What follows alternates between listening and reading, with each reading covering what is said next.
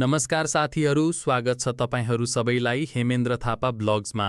आज हामी काठमाडौँको बसन्तपुर दरबार क्षेत्रस्थित प्रसिद्ध कालभैरव मन्दिरको इतिहास र रहस्यबारे जान्नेछौँ। कालभैरवलाई भगवान शिवको उग्र स्वरूप तथा न्यायका देवताको रूपमा पूजा गरिन्छ। करिब 12 फिट अग्लो यो विशाल मूर्ति राजा प्रताप मल्लको पालामा सार्वजनिक रूपमा स्थापना गरिएको मानिन्छ। केही इतिहासकारहरूका अनुसार यो मूर्ति लिच्छवी कालको हुन सक्ने विश्वास पनि छ। सबैभन्दा रोचक कुरा के छ भने संसारभरि पाइने कालभैरवका अधिकांश मूर्तिहरू क्रोधित मुद्रामा देखिन्छन्, तर काठमाडौँको यो कालभैरव मूर्ति भने मुस्कुराइरहेको अर्थात् हाँसिरहेको अवस्थामा रहेको दुर्लभ मूर्तिमध्ये एक मानिन्छ।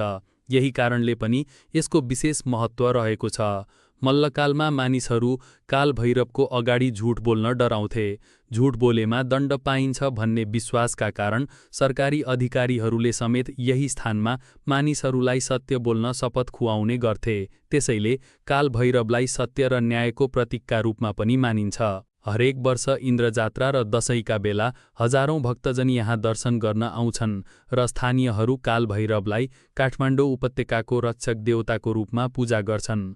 यदि तपाईलाई यस्ता रोचक तथ्यहरू मन पर्छ भने भिडियो लाइक, शेयर र सब्स्क्राइब गर्न नभुल्नुहोस्। म हुँ हेमेन्द्र थापा र तपाईँ हेर्दै हुनुहुन्छ हेमेन्द्र थापा ब्लग्स। धन्यवाद।